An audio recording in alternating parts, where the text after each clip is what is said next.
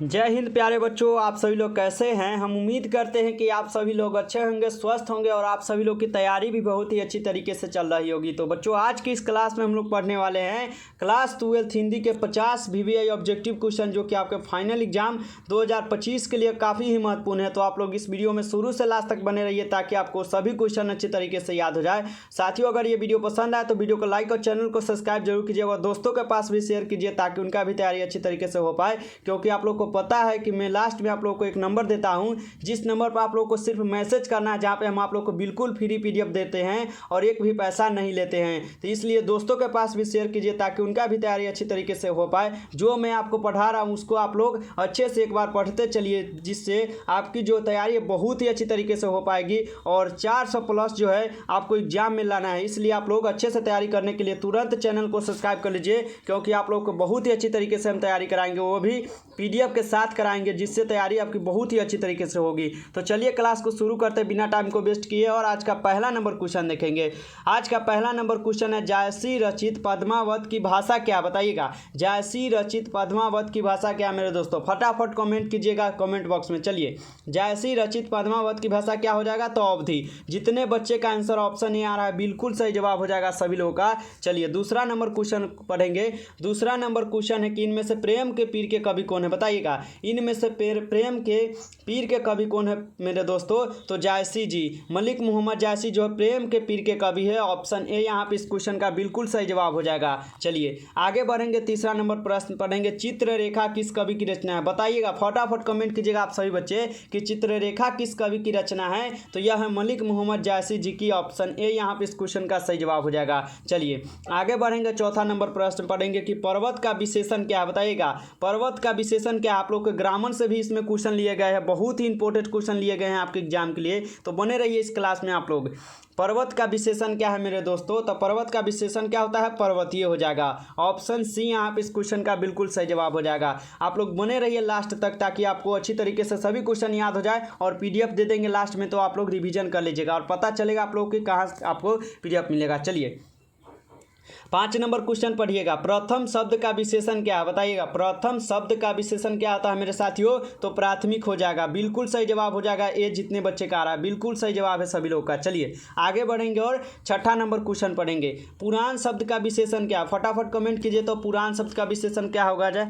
चलिए बताइए, पुराण शब्द का विशेषण क्या हो जाए। बहुत सारे बच्चे ये बता रहे हैं, बिल्कुल सही जवाब हो जाएगा। पौराणिक हो जाएगा, बिल्कुल सही जवाब हो जाएगा ए। चलिए आगे बढ़ेंगे और 7वां नंबर क्वेश्चन पढ़ेंगे। 7वां नंबर क्वेश्चन है, समाज का विशेषण क्या, बताइएगा। वेरी इंपॉर्टेंट क्वेश्चन लिए गए हैं, सभी क्वेश्चन आपके एग्जाम के लिए इंपॉर्टेंट है। समाज का विशेषण क्या है मेरे दोस्तों, तो समाज का विशेषण हो जाएगा आप लोगों का क्या, सामाजिक हो जाएगा। ऑप्शन ए यहाँ पे बिल्कुल सही जवाब है आप लोगों का। चलिए आगे बढ़ेंगे और 8वां नंबर क्वेश्चन पढ़ेंगे।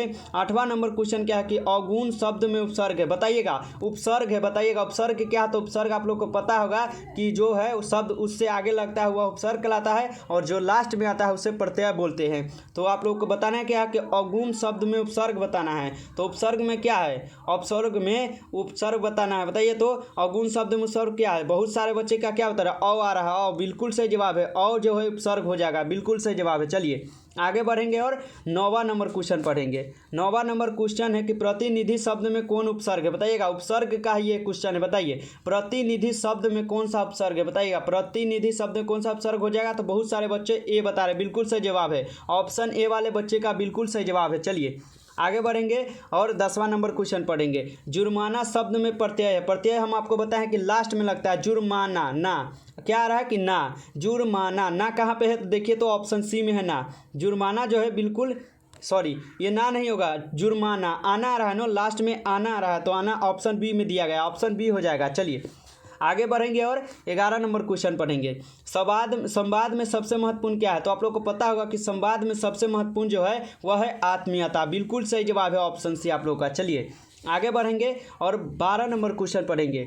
12 नंबर क्वेश्चन है, बालकृष्ण भट्ट ने कौन सा मासिक पत्र निकाला था? बताइएगा, सभी क्वेश्चन इंपॉर्टेंट है मेरे साथियों। बालकृष्ण भट्ट ने कौन सा मासिक पत्र निकाला था? तो आप लोग को पता होगा कि वह हिंदी प्रदीप निकाले थे। ऑप्शन सी यहाँ पे बिल्कुल सही जवाब हो जाएगा। चलिए आगे बढ़ेंगे और 13 नंबर क्वेश्चन पढ़ेंगे। 13 नंबर क्वेश्चन है, बातचीत शीर्षक निबंध के निबंधकार कौन है? बहुत ही इजी क्वेश्चन है, आप लोग पढ़े होइएगा। चलिए फटाफट कमेंट कीजिए तो बालकृष्ण भट्ट निबंध के निबंधकार कौन है? बहुत सारे बच्चे क्या बता रहा है? तो बालकृष्ण भट्ट बिल्कुल सही जवाब हो जाएगा। बातचीत शीर्षक निबंध के निबंधकार कौन है? तो बालकृष्ण भट्ट बिल्कुल सही जवाब है।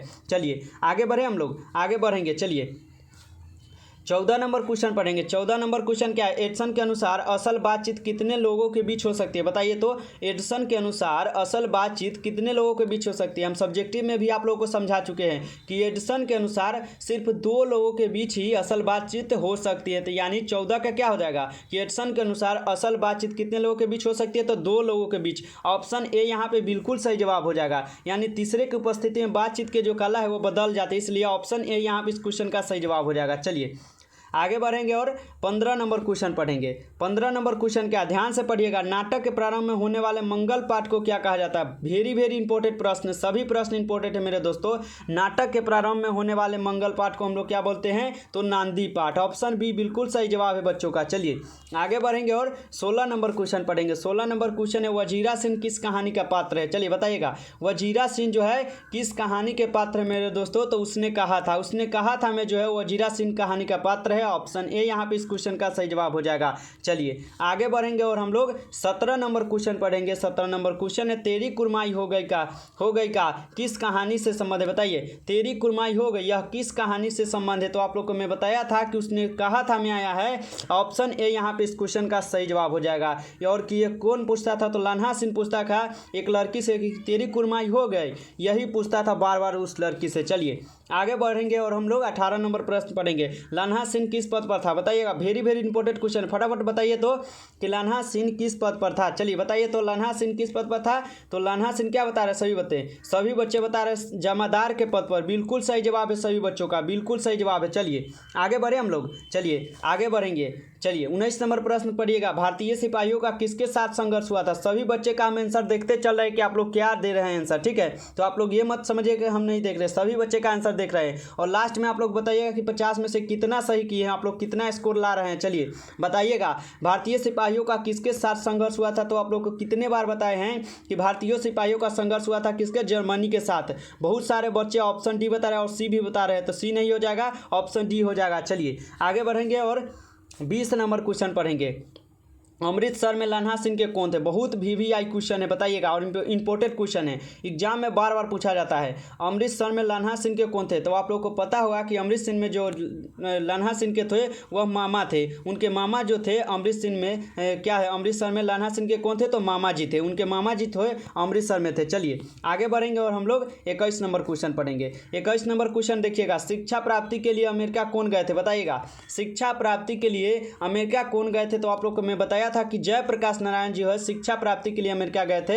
ऑप्शन बी यहाँ पे इस क्वेश्चन का सही जवाब है। चलिए आगे बढ़ेंगे और हम लोग 22 नंबर प्रश्न पढ़ेंगे कि जयप्रकाश नारायण की रचना का नाम क्या है? बताइएगा, जयप्रकाश नारायण की रचना का नाम क्या है बताना है। तो जूठन क्या है? ओम प्रकाश वाल्मीकि जी क्या है। शिक्षा क्या है? शिक्षा जय कृष्ण मूर्ति की है। यहाँ पे बताना क्या है? तो शिक्षा जय कृष्ण मूर्ति के है। रोज सच्चिदानंद हीनानंद अज्ञा जी के। और ये संपूर्ण क्रांति किसकी है? तो जयप्रकाश नारायण जी की रचना पूछा है, तो संपूर्ण क्रांति हो जाएगा। ऑप्शन डी यहाँ पे बिल्कुल सही जवाब हो जाएगा। चलिए आगे बढ़ेंगे और हम लोग 23 नंबर क्वेश्चन पढ़ेंगे।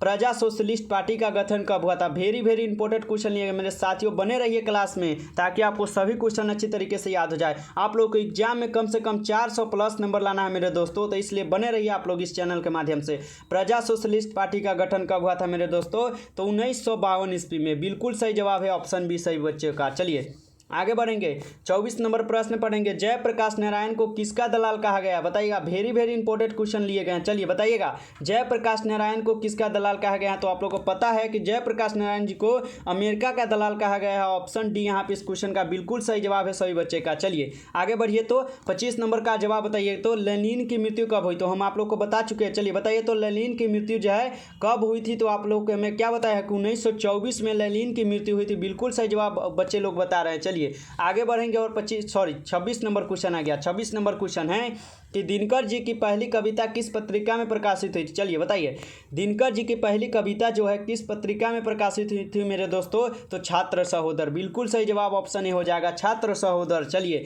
आगे बढ़ेंगे और 27 नंबर क्वेश्चन पढ़ेंगे कि दिनकर जी की पहली काव्य पुस्तक कौन सी है? बताइएगा, दिनकर जी की पहली काव्य पुस्तक कौन सी है मेरे साथियों? तो प्रणभंग। प्रणभंग जो है दिनकर जी की पहली काव्य पुस्तक है। ऑप्शन डी यहाँ पे सही जवाब कीजिएगा आप लोग। चलिए आगे बढ़ेंगे और हम लोग 28 नंबर क्वेश्चन पढ़ेंगे कि रामधारी सिंह दिनकर का जन्म कब हुआ था? बताइएगा, रामधारी सिंह दिनकर जी का जन्म जो है मेरे दोस्तों कब हुआ था? तो 23 सितंबर 1908 ईस्वी को रामधारी सिंह दिनकर जी का जन्म हुआ था। ऑप्शन यहाँ पे बिल्कुल सही जवाब है। सभी बच्चे बिल्कुल गर्दा गर्दा उड़ा दे रहे हैं। चलिए आगे बढ़ेंगे हम लोग और 29 नंबर क्वेश्चन पढ़ेंगे। 29 नंबर क्वेश्चन है, संस्कृति के 4 अध्याय किसकी कृति है? चलिए बताइएगा फटाफट, संस्कृति के 4 अध्याय जो है किसकी कृति है? तो सभी बच्चे क्या बता रहे हैं?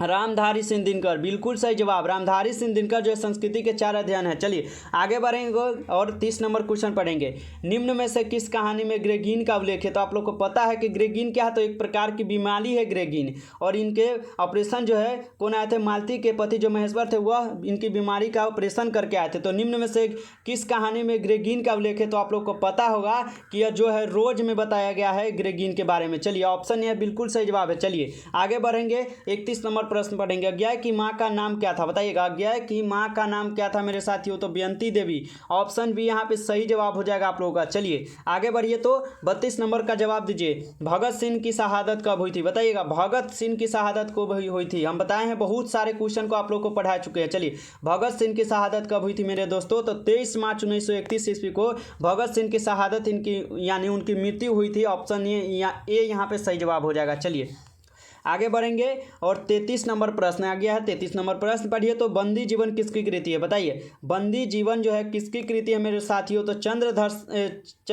सचिंद्र नाथ सनियाला जी की हो जाएगा। ऑप्शन डी यहाँ पे इस क्वेश्चन का सही जवाब हो जाएगा। चलिए आगे बढ़िए, तो 34 नंबर का जवाब दीजिए कि कुलबीर सिंह और कुलतार सिंह भगत सिंह के कौन थे? तो आप लोग को पता होगा कि कुलबीर सिंह और कुलतार सिंह जो है भगत सिंह के क्या थे? तो भाई थे। कुलबीर सिंह और कुलतार सिंह क्या थे? भगत सिंह के भाई थे। ध्यान में रखना है, बिल्कुल सही जवाब ऑप्शन सी हो जाएगा। चलिए आगे बढ़िए, तो 35 नंबर का जवाब दीजिएगा। गंडक नदी की चर्चा किस शीर्ष पाठ में है? चलिए बताएं, गंडक नदी की चर्चा जो है किस शीर्षक पाठ में किया गया है मेरे साथियों? तो यह हो जाएगा ओ सदा नीरा में। ऑप्शन ए यहाँ पे इस क्वेश्चन का सही जवाब हो जाएगा। चलिए बताइएगा जरूर कि आप लोग 50 में से कितना सही किए। कमेंट बॉक्स में आप लोग को बता कर जाना है, और अभी तक लाइक नहीं किए हो तो आप बच्चा पार्टी लाइक कर दीजिए। चैनल पर पहली बार आए हैं तो चैनल को सब्सक्राइब कर लीजिए। अगर आर्ट साइंस और कॉमर्स का भी स्टूडेंट है तो आप लोग बने रहिए। आप लोग हमारे चैनल के माध्यम से आप लोग विश्वास कीजिए, हम आप लोग को अच्छी से अच्छी तैयारी करा कर ही रहेंगे, इसलिए आप लोग बने रहिए हमारे चैनल के माध्यम से। इसलिए चैनल को सब्सक्राइब जरूर कीजिए मेरे दोस्तों। चलिए आगे बढ़ेंगे हम लोग। क्वेश्चन देखिए, 36 नंबर क्वेश्चन है, ओ सदा नीरा निबंध किस पुस्तक से लिया गया? चलिए बताइएगा, ओ सदा नीरा निबंध जो है किस पुस्तक से लिया गया है मेरे दोस्तों? तो बोलते छंद से। बिल्कुल सही जवाब है सी। चलिए आगे बढ़ेंगे और 37 नंबर प्रश्न पढ़ेंगे। 37 नंबर प्रश्न है कि ओ सदा नीरा शीर्षक पाठ किस विद्या के अंतर्गत आता है? बताइए, तो ओ सदा नीरा शीर्षक पाठ जो है वह कौन से विद्या के अंतर्गत आते हैं? तो निबंध। बिल्कुल सही जवाब है निबंध। जितने बच्चे बी बता रहे बिल्कुल सही, ये सॉरी बी और सी और डी क्या है? गलत है, लेकिन ऑप्शन ए यहाँ की क्या है? बिल्कुल सही है। निबंध जो ओ सदा नीरा शीर्षक पाठ किस विद्या के निबंध के अंतर्गत आता है? तो निबंध के। बिल्कुल सही जवाब ऑप्शन ए हो जाएगा। चलिए 38 नंबर प्रश्न पढ़िएगा, सिपाही की माँ शीर्षक पाठ क्या है? बताइए, तो सिपाही की माँ शीर्षक पाठ क्या है मेरे साथियों? तो एकाकी। बिल्कुल सही जवाब हो जाएगा। एकाकी आ रहा है सभी बच्चे का, बी आ रहा है, बिल्कुल सही जवाब है। चलिए आगे बढ़िए, तो और 39 नंबर प्रश्न पढ़िए, अंडे के छिलके के रचनाकार का नाम क्या है? बताइए, अंडे के छिलके के रचनाकार का नाम क्या हो जाएगा? तो मोहन राकेश। ऑप्शन ए यहाँ पे बिल्कुल सही जवाब हो जाएगा मेरे दोस्तों। चलिए आगे बढ़िए, तो 40 नंबर प्रश्न पढ़िए, मोहन राकेश रचित नाटक संग्रह है। मोहन राकेश रचित नाटक संग्रह कौन सा है मेरे साथियों? तो आषाढ़ का एक दिन जो है मोहन राकेश द्वारा रचित नाटक संग्रह है। ऑप्शन डी यहाँ पे बिल्कुल सही जवाब हो जाएगा मेरे साथियों। चलिए आगे बढ़ेंगे, 41 नंबर प्रश्न पढ़िए, तो 41 नंबर प्रश्न क्या है कि मुन्नी डाक गाड़ी के पीछे क्यों जाती है? हम आप लोगों को सब्जेक्टिव में भी पढ़ाया, बहुत ही अच्छी तरीके से समझाए हैं। तो आप लोग उस वीडियो को नहीं देखे सब्जेक्टिव का तो जाकर एक बार चैनल के माध्यम से देख लीजिएगा।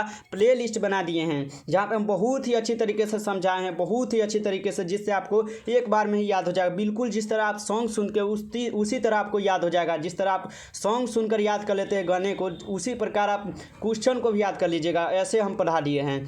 मुन्नी डाक गाड़ी के पीछे जो है क्यों जाती है? तो आप लोग को पता होगा कि चिट्ठी के लिए जाती है और उनके जो भाई था मानक वो युद्ध में गया था और उनके चिट्ठी के आने के इंतजार में रहता है मुनि और चिट्ठी के लिए गाड़ी के पीछे जाती है। तो ऑप्शन सी यहाँ पे इस क्वेश्चन का सही जवाब हो जाएगा। चलिए 42 नंबर प्रश्न पढ़िए। तो नाम्बर सीन का आलोचनात्मक निबंध कौन है? बताइए नाम्बर सीन का आलोचनात्मक निबंध कौन सा हो जाएगा? तो प्रगीत और समाज, बिल्कुल सही जवाब हो जाएगा ऑप्शन डी। चलिए आगे बढ़ेंगे। 43 नंबर प्रश्न पढ़ेंगे कि निम्नलिखित में से कौन सी रचना नाम्बर सीन की? बताइए तो निम्नलिखित में से वह कौन सी रचना जो है नाम्बर सीन की है? तो कविता के नए प्रतिमान, ऑप्शन बी यहाँ पे इस क्वेश्चन का सही जवाब हो जाएगा। चलिए 44 नंबर क्वेश्चन है कि निम्न में दलित आत्मकथा शीर्षक पाठ कौन है? बताइए निम्न में दलित आत्मकथा शीर्षक पाठ कौन है? तो जूठन क्या है कि जूठन क्या ओम प्रकाश वाल्मीकि द्वारा लिखित है और ये क्या है? तो वो क्या है? दलित आत्मकथा, यानी बहुत सारे गरीब थे और ये जब शादी ब्याह में जाते थे तो जूठे को खाते, इसलिए जूठन पाठ के ये आया है। चलिए आगे बढ़ेंगे और अगला नंबर प्रश्न पढ़ेंगे। चलिए 45 नंबर प्रश्न पढ़िए। तो जूठन शीर्षक पाठ में किसने झाड़ू छीनकर दूर फेंक दिया था? बताइए जूठन शीर्षक पाठ में जो है किसने झाड़ू छीनकर दूर फेंक दिया था? तो आप लोग को पता होगा और हम समझाए भी हैं बहुत ही अच्छी तरीके से सब्जेक्टिव क्वेश्चन में कि लेखक से जो है झाड़ू लगवाया जाता था तो उनके पिताजी एक दिन देख लिए कि मेरे बेटे से झाड़ू लगवाया जा रहा है तो वह आकर और झाड़ू को छीनकर फेंक दिया। तो लेखक के पिताजी हो जो है उन्होंने छीनकर झाड़ू को दूर फेंक दिया और मास्टर से पूछा था कि किसने हमारे बेटे से झाड़ू लगवाए हैं। चलिए 46 नंबर पढ़िए। तो हंसते हुए मेरा अकेलापन शीर्षक पाठ क्या है? बताइए हंसते हुए मेरा अकेलापन जो है शीर्षक पाठ के रचयिता कौन है? तो डायरी है, डायरी है। हंसते हुए मेरा अकेलापन शीर्षक पाठ क्या है? तो डायरी, बिल्कुल सही जवाब हो जाएगा। डायरी बिल्कुल सही जवाब है। चलिए तो आगे बढ़िए। तो आगे बढ़िए 47 नंबर प्रश्न का जवाब दीजिए। तिरीक्ष शीर्षक पाठ में लेखक के पिताजी कितने साल के हैं? बताइए तिरीक्ष शीर्षक पाठ में लेखक के पिताजी कितने साल के, ये बताना है। तो यह कुछ कितने 55 साल यहाँ पे हो जाएगा, 55। ऑप्शन सी यहाँ पे बिल्कुल सही जवाब हो जाएगा। चलिए 48 नंबर क्वेश्चन का जवाब दीजिए। तो शिक्षा शीर्षक पाठ के अनुसार साहित्य की खोज तभी संभव है जब डैश है। बताइए शिक्षा शीर्षक पाठ के अनुसार साहित्य की खोज तभी संभव है जब क्या है? स्वतंत्रता हो। ऑप्शन ए यहाँ पे बिल्कुल सही जवाब है सभी बच्चों का। चलिए तो आगे बढ़िए। तो 49 नंबर का जवाब दीजिए। शिक्षा शीर्षक पाठ क्या है? बताइए तो शिक्षा जो है शीर्षक पाठ एक प्रकार का क्या है? तो शिक्षा शास्त्र है, बिल्कुल सही जवाब हो जाएगा शिक्षा शास्त्र। चलिए आगे बढ़ेंगे। 50 नंबर प्रश्न है और ये लास्ट प्रश्न है कि जय कृष्ण मूर्ति की इनमें से कौन सी रचना है? बताइए जय कृष्ण मूर्ति की इनमें से कौन सी रचना है? तो शिक्षा क्या है? जय कृष्ण मूर्ति द्वारा रचित है। तो ऑप्शन डी यहाँ पे इस क्वेश्चन का सही जवाब हो जाएगा। और रोज क्या है? सच्चिदानंद हिंदानंद वस्यज्ञ द्वारा है। संपूर्ण क्रांति जयप्रकाश नारायण के एक लेख और एक पत्र क्या है? भगत सिंह का है। हम आप लोग को मैं बहुत ही अच्छी तरीके से समझा दिया हूँ 50 में से 50। अगर आप लोग को 50 में से जितना सही हो आप लोग कमेंट बॉक्स में बता दीजिए। और ये 50 क्वेश्चन काफ़ी इंपॉर्टेंट था तो आप लोग को याद कर लेना है। और पीडीएफ के लिए आप लोगों को इस नंबर पर मैसेज करना है 962 18 834। जितने भी नए बच्चे यदि चैनल पहली बार आए हैं आप सभी लोग इस नंबर पर हमें मैसेज जरूर कीजिए पीडीएफ के लिए, जहाँ पे आप लोग को बिल्कुल फ्री पीडीएफ देते आ रहे हैं और देंगे। ठीक है, एक भी पैसा किसी भी बच्चे से नहीं लेते हैं और नहीं लेंगे। तो आप लोग इस नंबर पर हमें मैसेज कीजिएगा पीडीएफ के लिए। यदि वीडियो पसंद है तो वीडियो को लाइक कर दीजिए। चैनल पर पहली बार आए और अच्छी से अच्छी तैयारी करना चाहते हैं तो चैनल को भी सब्सक्राइब कर लीजिए और बेल आइकन को ऑल पर दबा लीजिए, जिससे आपके पास जितने भी तैयारी का क्वेश्चन डलाए वो सभी का नोटिफिकेशन आपके पास पहुँचे और आप उस क्लास को देख कर अच्छी से अच्छी तैयारी कर पाए। तो चलिए हम लोग किसी नेक्स्ट वीडियो में मिलते हैं, तब तक के लिए जय हिंद, वंदे मातरम।